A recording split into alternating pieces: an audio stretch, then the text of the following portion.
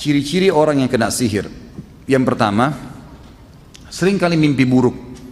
Dan mimpi buruk ini paling sering melihat binatang, ya, atau melihat kuburan, ya, yang membuat dia ketakutan dalam mimpinya. Dia sehingga mengigau, lalu membunyikan giginya, gitu kan. Atau kadang-kadang dia menyerang seseorang yang berusaha untuk membangunkannya. Gelisah, tidak bisa tidur kalau malam, maka ini ciri khas, gitu kan. Terutama kalau melihat binatang-binatang yang memang merupakan simbol syaitan, seperti cecak, ya, seperti ular. Ini semua adalah simbol syaitan, anjing, ya.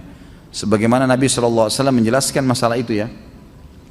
Maka keliru pemahaman kita di Indonesia yang mengatakan kalau lihat ular mau menikah, nah, ini harus dilawan, ini dari syaitan, kan itu.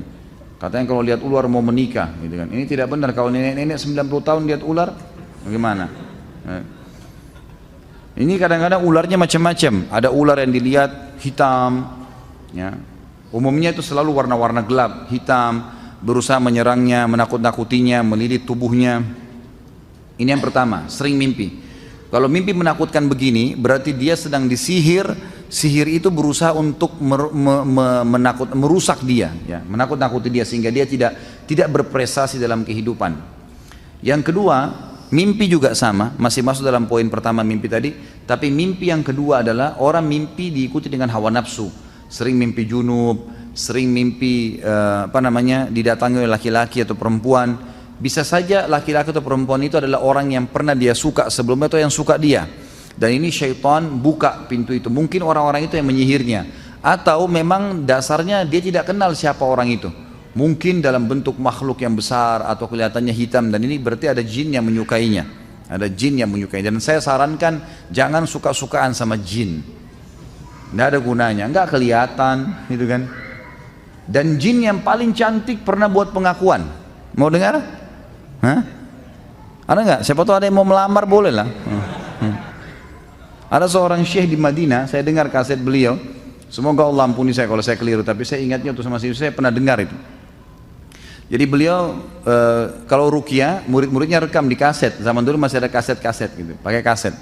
Lalu sempat ditanya, kamu ini siapa? Dia bilang, saya jin perempuan, dan saya jin yang paling cantik.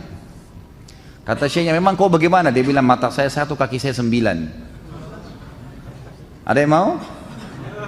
Sudah jelas-jelas dikasih manusia kakinya 2, mau cari 9, untuk apa? Mimpi. Yang kedua, sering ketakutan sendiri, was-was, ketakutan. Kalau sendiri selalu kayak dihantui, mau kelihatan, mau sesuatu. Nah, ini juga termasuk ada gangguan. Nah, ini harus diruqyah, gitu kan? Kemudian yang ketiga, seringkali merasa ada penyakit atau merasa ada penyakit. Ya, sering penyakit nih, dan penyakitnya kanker, penyakit-penyakit yang besar, was-was.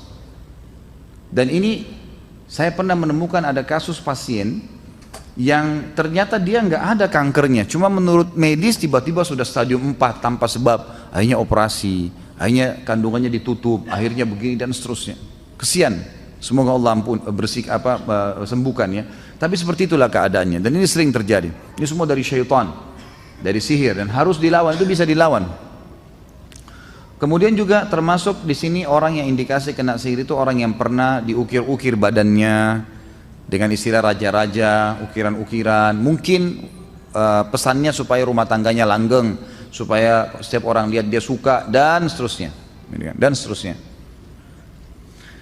Kemudian juga orang yang pernah dimandikan air, transfer aura, ya, memberikan kekuatan, tenaga dalam. Nah, ini semua adalah senjata-senjata syaitan, berarti ada sihir yang harus dia berobat, tidak bisa tidak, harus berobat. Dia harus, kalau dia mau sembuh, dia harus ruqyah, baru dia bisa sembuh, insya Allah. Tentu ruqyah ini harus sabar, ya, proses. Ada orang yang sekali sembuh, ada yang 2 kali, Allahu alam, tergantung. Tapi yang jelas orang-orang yang masih belum sembuh, dia harus juga muhasabah dirinya. Mungkin masih ada dosa yang mengganjal, mungkin hatinya masih nggak baik, gitu kan?